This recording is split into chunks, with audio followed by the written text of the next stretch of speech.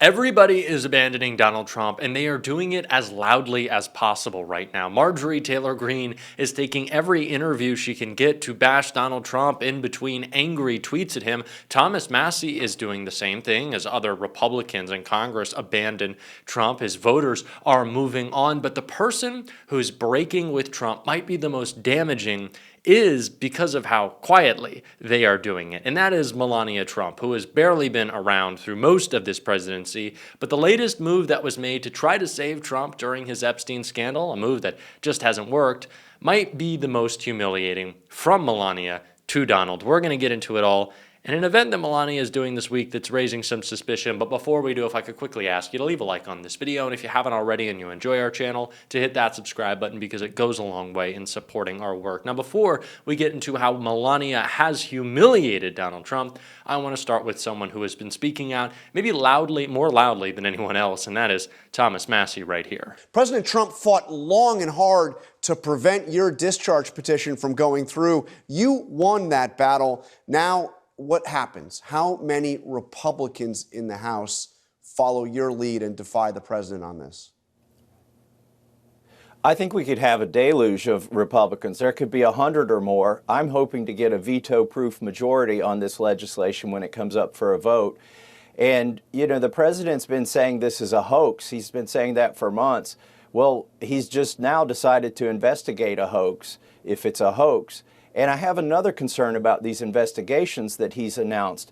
If they have ongoing investigations in certain areas, those documents can't be released. So this might be a big smokescreen, these investigations, to open a bunch of them as a last-ditch effort to prevent the release of the Epstein files. I mean, it is extraordinary to hear him demand an investigation and only mention Democrats, only mention his political opponents. But you're saying he may not really even want any investigation. He wants to prevent the release. Why does he want to prevent this? What is he afraid of? You know, I've never said that these files will implicate Donald Trump.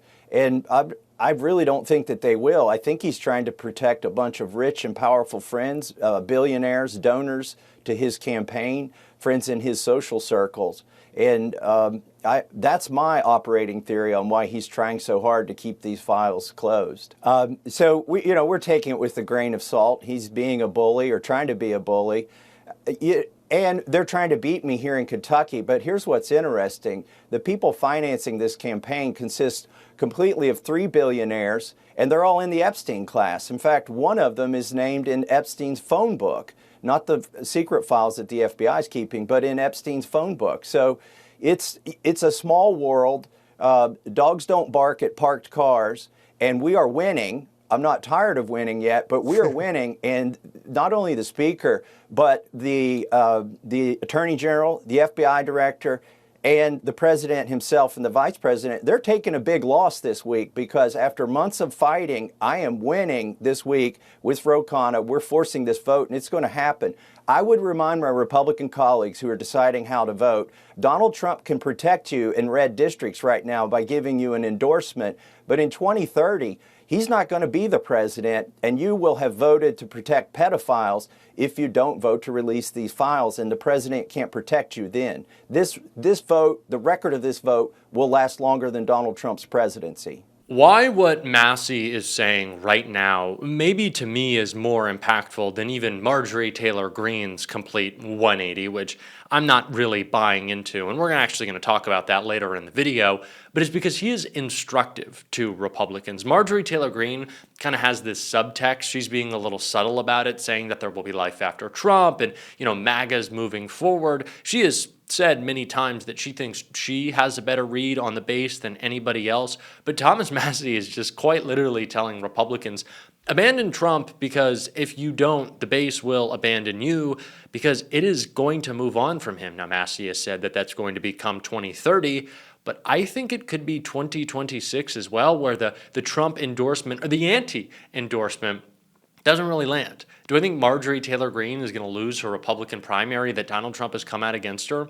Not really, and that is a greater lame duck status for Trump than maybe even Democrats retaking the House or the Senate. And so right now, because of the Epstein files, because of information coming out every single day that is so damaging to Donald Trump and just so damning, the White House is running cover for him. And who are they trying to use?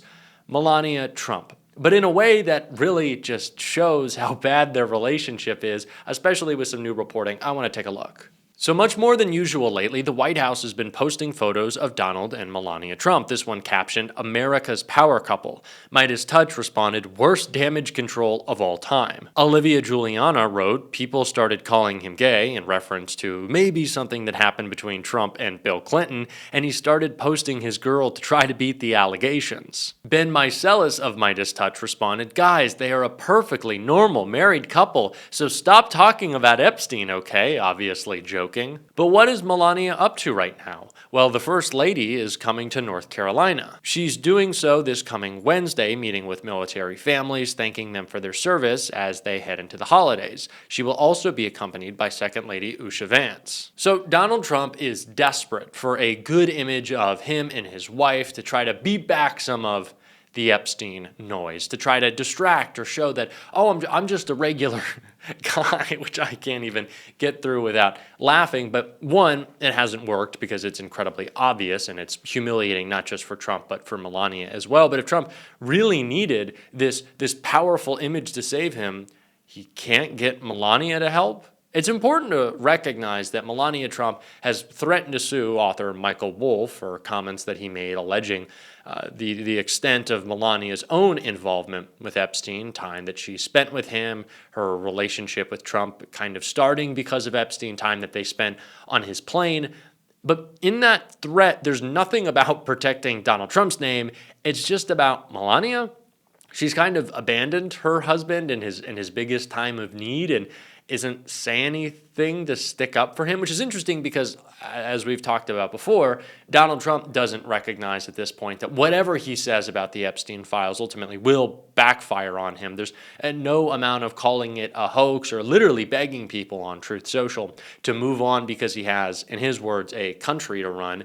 It's not going to work. But Melania hasn't done anything to help either. Her lawsuit has brought in more attention. Michael Wolff said he did it because he wants her under oath. And I'm sorry, her threat of a lawsuit. Michael Wolff is the one who was fired back. And Melania hasn't done anything to stop it. She could pull back her threat, and I'm sure Wolff would stop his lawsuit, but she doesn't care. She's protecting her name, throwing Trump under the bus. And those photos are just so damning that the White House is in cover-up mode right now. It seems like everybody in MAGA is freaking out, especially Marjorie Taylor Greene, as we've talked about, who I said I wanted to bring up her 180. There's a little bit more I want to talk about on the Epstein files, but what she said on CNN I found very strange, and I have a lot of thoughts.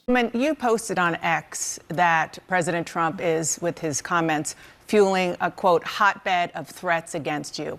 Obviously, any threats to your safety are completely unacceptable. But we have seen these kinds of attacks or criticism from the president at other people. It's not new. And with respect, I haven't heard you speak out about it until it was directed at you.